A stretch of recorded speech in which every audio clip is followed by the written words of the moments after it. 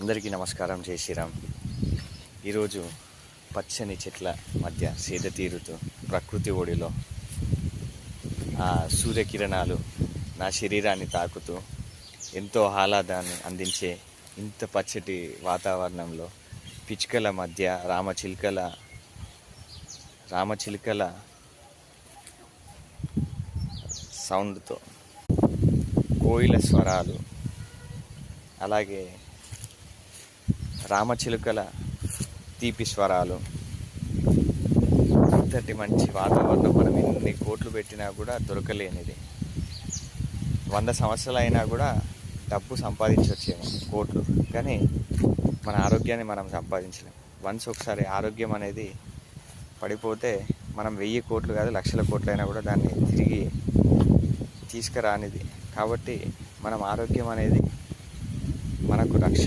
మన ఆరోగ్యానికి మనం ప్రాముఖ్యత ఇస్తే ఆ శరీరం మనల్ని నిలబెడుతుంది, మనల్ని పని చేసుకునేలా చేస్తుంది.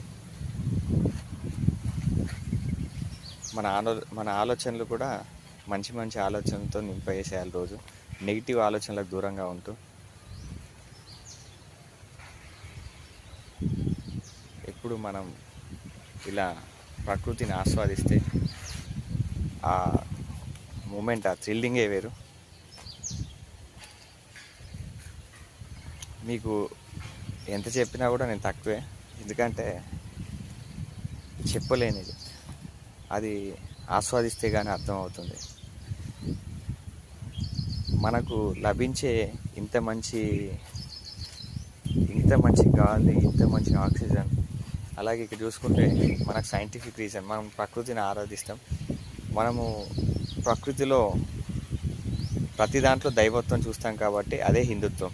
రావి చెట్టు చూసుకుంటే దానికి ఎంతో ప్రాముఖ్యత ఉంది. అలాగే వేప చెట్టు మనం పోషమ్మ తల్లితో పూజిస్తాం, ఆరాధిస్తాం. అలాగే చింత చెట్టు, ఇక్కడ గడ్డి, ఇవన్నీ మనకు ఆక్సిజన్ రిలీజ్ చేసి మన ఆరోగ్యాన్ని కాపాడేటి. కాబట్టి మీరు కూడా మీ పిల్లలకు, వారందరికీ వీటి గురించి తెలియజేయాలి. లేకుంటే రానున్న కాలంలో మనం అపార్ట్మెంట్లో 4 గోడల మధ్య, ఏసీల మధ్య మన ఆరోగ్యాన్ని మనమే నాశనం చేసుకుంటున్నాం. అలాగే ఫ్రిడ్జ్ వాటర్కి కూడా దూరంగా ఉండాలి. కుండ నీళ్ళు దొరికితే కుండ నీళ్ళు తాగొచ్చు, చాలా ఆరోగ్యం మంచిది. ఎండాకాలం, చలికాలం వస్తే రాగి పాత్రలో నీళ్ళు నైట్ స్టోరేజ్ చేసి తాగడం కూడా చాలా మంచిది. అలాగే రోజు ఒక వేపాకు తిని అట్లా తినుకుంటూ ఉంటే కూడా మనకు తినవేమో వేప తీయగుండు అన్నట్టు. ఇలా ఎన్నో ఉన్నాయి కాబట్టి మీరు ఆస్వాదించండి.